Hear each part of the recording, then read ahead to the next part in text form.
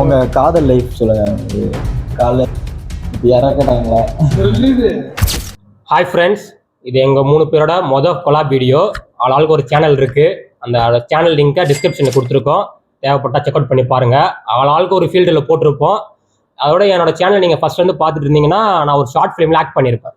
அந்த short ஃபிலிமோட director எனக்கு chance கொடுத்தவர் யாருன்னா, இவர் தான் மோகன ரமணா, டேரக்டர் ஆஃப் நிழலின் வேட்டை. இந்த வீடியோ ஃபர்ஸ்ட் டைம் நீங்கள் பார்க்குறீங்கன்னா மறக்காம சப்ஸ்கிரைப் பண்ணிக்கோங்க. இது மாதிரி நிறைய வீடியோஸ் தான் தேவைப்படுதுன்னா லைக் பண்ணுங்க, சப்ஸ்கிரைப் பண்ணுங்க. சரி, இப்போ இந்த கொலாப் வீடியோ எதுக்குன்னு கேட்டிங்கன்னா, எங்கள் 3 பேருக்கு சேர்ந்து பண்ணணும்னு ஒரு சின்ன ஆசை இருந்துச்சு. ஆனால் ஒரு ஷார்ட் டைம் கிடைக்கல. அது இன்னைக்கு டைம் கிடைச்சது, ஸ்டார்ட் பண்ணிட்டோம், அவ்வளோதான். சரி, இன்னைக்கு கண்டென்ட் என்னன்னு கேட்டிங்கன்னா சொல்லுங்க. அவ்வளோதான், கண்டென்ட்டே இல்லை. என்னோட கண்டென்ட் என்னன்னு பார்த்தீங்கன்னா, அவங்கவுங்க காலேஜ் லைஃப்பில் நடந்த ஒஸ்டான மூமெண்ட்ஸு, அப்புறம் பெஸ்ட்டான மூமெண்ட்ஸு எது வேணால் சொல்லலாம். ஃபஸ்ட்டு நம்ம கபிலன் ஆரம்பிக்க போகிறாரு. ஸ்டார்ட் பண்ணுங்கள். என்னோட ஒஸ்ட் மூமெண்ட் என்ன காலேஜ்னா, கவுன்சிலிங் போட்டதே காலேஜில் போய் போட்டது தான் என்னோட பெரிய ஒஸ்ட் மூமெண்ட்டு. ஏன்னா ஒரே காலேஜில் செட் ஆகிட்டேன். அண்ட் பெஸ்ட் மூமெண்ட் என்னன்னா, பசங்க கூட ஊட்டிக்கு ட்ரிப் போனேன். அதுதான் எனக்கு பொறுத்த வரைக்கும் பெஸ்ட் மூமெண்ட். ஸோ இதுதான் வந்து என்னோட ஒஸ்ட் அண்ட் பெஸ்ட் மூமெண்ட்ஸ். உங்கள் காதல் லைஃப் சொல்லுங்கள். அது காலேஜில் அப்படின்னு ஒன்று நான் கேள்விப்படல இது வரைக்கும் எனக்கு இதில். இருந்தாலும் ஃபஸ்ட்டு இது சொல்லிட்டோம், அப்புறம் ஒன்று பார்த்துக்கலாம். சொல்லுங்கள். நெக்ஸ்ட் வந்து விஸ்வா ப்ரோ ஆரம்பிக்க போகிறாரு. எனக்கு காலேஜ் லைஃப்பில் ஏகப்பட்ட மெமரிஸ்லாம் இருக்குது. நிறைய செருப்பொடியுமே இருக்குது. அதில் பர்டிகுலராக ஒரு பெஸ்ட் மெமரின்னு கேட்டிங்கன்னா, ஒரு இன்சிடென்ட் இருக்குது. ஆக்சுவலாக அது என்னைக்குன்னா, அது என்னோட ஃபஸ்ட் இயர் டைமில் நடந்தது. எங்கள் காலேஜுக்கு வந்து இங்கே இந்த டிபார்ட்மெண்ட்டுக்குலாம் இனாகிரேஷன் நடத்தணும்னு கேட்டுருந்தாரு. என் டிபார்ட்மெண்ட் வந்து ஆர்டிஃபிஷியல் இன்டெலிஜென்ஸ். அந்த டிபார்ட்மெண்ட்டுக்கு நான் வந்து ஒரு மெம்பராக இருந்தேன், கோஆர்டினேட்டர் மாதிரி இருந்தேன். அந்த டிபார்ட்மெண்ட்டுக்குலாம் ஒரு ஃபங்க்ஷன் நடத்துகிறாங்க, டீம் மெம்பர்ஸ்லாம் அந்த டைமில் இருக்கணும் அப்படின்னு காலேஜுக்கு வர சொன்னாங்க. வர சொன்னதும் சரி, ஏதோ பொறுப்பு தர போகிறானுங்க, எடுத்து நடத்த விட போகிறானுங்கன்னு நினச்சின்னு போனது தான். போன இடத்துல எங்களால் ஹானர் பண்ணுற மாதிரி ஒரு பேட்ச் கொடுத்து ஒரு குரூப் ஃபோட்டோலாம் எடுத்து அதெல்லாம் கொஞ்சம் பப்ளிஷ் பண்ணாங்க. அது ஃபஸ்ட் இயரில் பார்க்குறதுக்கு எனக்கு ரொம்ப பெருமையாக இருந்துச்சு. அந்த ஃபஸ்ட் இயர் டைமில் அப்போலாம் தான் காலேஜ் வந்து இந்த ஸ்கூல் முடிச்சு வந்த டைமில் பார்த்த உடனே அவ்வளோதான், பேட்ச்லாம் கொடுத்துட்டானுங்க, அதெல்லாம் மாட்டி வச்சுக்கிட்டு பார்த்தல நம்ம தான் வந்தாச்சு அப்படின்னா சொல்லி சிரிச்சுட்டு இருந்தேன். அதுதான் ரொம்ப ஆக்சுவலாக இப்போ வரைக்குமே நடந்த ஒரு பெஸ்ட் மெமரின்னு அதுதான். இப்போ எப்படி ஃபீல் பண்ணுறீங்க? அது நடந்திருக்க கூடாதுன்னு நினைக்கிறேன். ஏன்னா அதுக்கப்புறம் நடந்தது எல்லாமே ஒஸ்ட்டாக தான் போயிடுச்சு. ஃப்ரெண்ட்ஸ் பாட்டை தவிர மீது எல்லாமே ஒஸ்ட்டாக தான் போயிருக்கோம். ஏன்னா நான் காலேஜில் இருக்க மாட்டேன் முக்காசி. பார்த்தீங்கன்னா இவர் சொன்ன மாதிரி தான். இப்போ எல்லாருக்கும் வந்து ஒரு காலேஜில் சேரக்குள்ள சேர்ந்து 1 இயரில் வந்துட்டு இந்த காலேஜ் விட்டு போகலாமா, வெளியே வந்துடலாமா அப்படிலாம் தோணும். அதுமாரி எனக்கும் நிறைய வாட்டி தோணி இருக்கு. பட் ஆனால் ஒரு செகண்ட் இயருக்கு அப்புறம் அந்த காலேஜ்லேயே எனக்கு வந்து ஃபிக்ஸ் ஆகிட்டோம் அப்படியே. ஏன்னா எங்கள் கிளாஸ் பசங்க அந்த மாதிரி வழி இல்லைன்னு இல்லை, நம்மளுக்குள்ளே ஒரு அட்டாச்மெண்ட் ஆகிடுச்சு. ஸோ அது கொஞ்சம் பெஸ்ட்டாக இருந்துச்சு. எங்கள் கிளாஸ் பொறுத்த வரைக்கும் நல்ல கிளாஸ் தான். நெக்ஸ்ட்டு இந்த ஒஸ்ட் மூமெண்ட் பார்த்தீங்கன்னா, ஃபஸ்ட் இயர் படிச்சுட்டு இருந்தேன். அப்போது ஒரு சிக்ஸ்த்து பீரியட் இருக்கும். அப்போ வந்துட்டு எங்கள் கிளாஸ்லேருந்து கீழே வந்து செமினார் ஆள் வர சொல்லியிருந்தாங்க.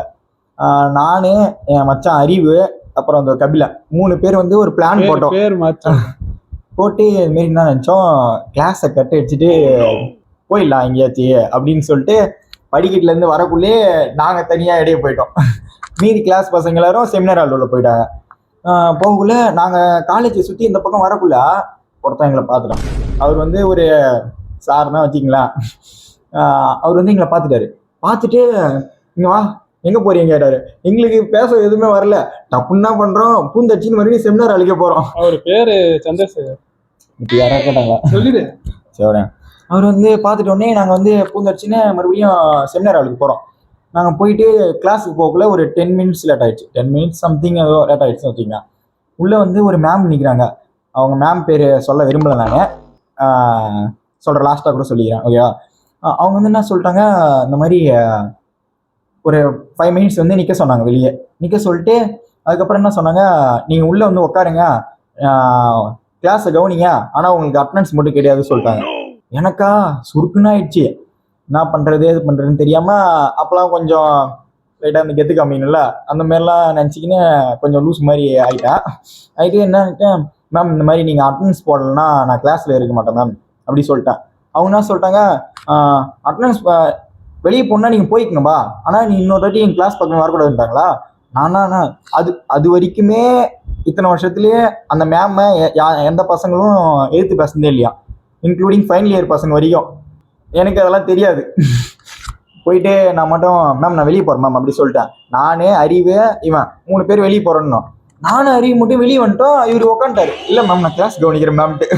எனக்கு அம்மட்டு வெளியே நின்னே கூப்பிட்றேன் இவனை, மச்சான் போயிடலாம் வெளியே போயிடலாம் அப்படின்றேன். இல்லை மச்சான் நான் எங்கேயே உட்காந்துக்கிறேன் அப்படி. மேம் முன்னாடி நல்ல பேர் வாங்கிட்டா, அங்கே பாருங்க முரளிதரன் பாருங்க அவன் எப்படி பொறுப்பாக உட்காந்துக்கிறான், நீங்கள் 2 பேர் வெளியே போறீங்க அப்படின்றதுனால அப்படிதான் இருக்கும். சரிங்க. அதுக்கப்புறம் நானும் அறிவும் போயிட்டோம். அதுக்கப்புறம் எனக்கும் அந்த மேமுக்கும் ஒரு 3 மந்த்ஸ் கொஞ்சம் பிரச்சனைலாம் நடந்துச்சுன்னு வச்சிங்கன்னா. இதே விஷயம் ஒரு தேடியறப்ப நடந்துச்சு எனக்கு. நான் வந்து ஒரு ஷார்ட் ஃபிலிம் எடுத்திருந்தேன். அது வந்து ரிலீஸ் பண்ணணும் சொல்லிட்டு வேற டிபார்ட்மெண்ட் தான் செலக்ட் பண்ணுவாங்க. ஓகேவா, அவங்க கிட்ட போய் காமிச்சா அவங்க ஏதோ கொஞ்சம் இல்லை கொஞ்சம் இதெல்லாம் மாற்றணும், இது சேஞ்ச் பண்ணணும் அப்படி இப்படி சொன்னாங்க.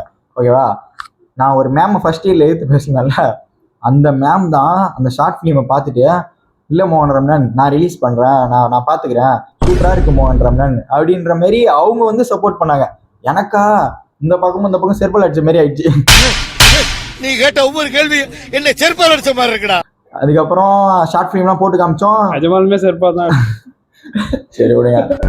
ஷார்ட் ஃபிலிம்லாம் போட்டு காமிச்சோம். அந்த வருஷம் நாங்கள் தான் ஃபர்ஸ்ட் ப்ரைஸ் ஷார்ட் ஃபிலிமில். அது யாராலனா அந்த மேமால தான். ஸோ என்னதான் நாங்கள் வந்து அந்த மேம் வந்து இந்த மாதிரி நான் பேசியிருந்தாலும் கடைசியில் இந்த டான் படத்தில் வர எஸ்டே சூர்யா மாதிரி அவங்க மாட்டாங்க டப்புன்னு. அவங்க வந்து நல்லதுதான் அந்த மாதிரி சொல்லிட்டாங்க. என்ன பண்ணுறது, லைஃப் ஆச்சு. இது வந்து ஒரு மறக்க முடியாத ஞாபகம் தான். Sorry ma'am and thanks. அதாவது ஒரு ஒர்ஸ்ட் மூமெண்ட் ஒன்று சொன்னால, இந்த காலேஜில் போய் கவுன்சிலிங் போடுறது அது வந்து ரொம்ப ஒர்ஸ்ட் மூமெண்ட்னு எனக்கே எப்படி ஆச்சுன்னா, இது உங்களுக்கு ஆகக்கூடாதுன்னு நினச்சிங்கன்னா நீங்கள் நல்ல நெட் சென்டராக போய் ஃபர்ஸ்ட் நீங்கள் கவுன்சிலிங் போடுங்க. ஏன் சொல்கிறேன்னா, நம்ம இந்த வயசு பசங்க 12வது முடித்த உடனே காலேஜ் சேர்ந்தா போதுன்ற மைண்ட் செட் தான் இருப்போம். ஓகேவா, பேசிக்காக நானும் அப்படி தான் இருந்தேன். ஸோ அதனால் எந்த காலேஜ் கிடைச்சாலும் போய் சொல்லி காலேஜில் ஃபோன் பண்ணி போட்ட உடனே போய் கவுன்சிலிங் போட்டுருவோம். ஆனால் அவங்க என்ன பண்ணுவாங்கன்னா, கவுன்சிலிங் நமக்கு தெரியாது, நம்ம என்ன நடக்குதுன்னே தெரியாதாங்க. ஸோ உங்களுக்கு தான் நான் சொல்கிறேன், இது நல்லா புரிஞ்சுவாங்க. அங்கே கவுன்சிலிங் போடுவாங்க, பட் என்ன பண்ணுவாங்க, அவங்க காலேஜ்லேயே மல்டிபிள் டிபார்ட்மெண்ட்ஸை போட்டுருவாங்க. ஓகேவா, ஸோ உங்களுக்கு வேற சாய்ஸே இருக்காது. நீங்கள் அவங்க காலேஜ் தான் வந்து சாய்ஸ் இருக்கும். அவங்க காலேஜ்லேயே எதையாவது ஒன்றத்துல கிடைச்சிரும் சீட்டு.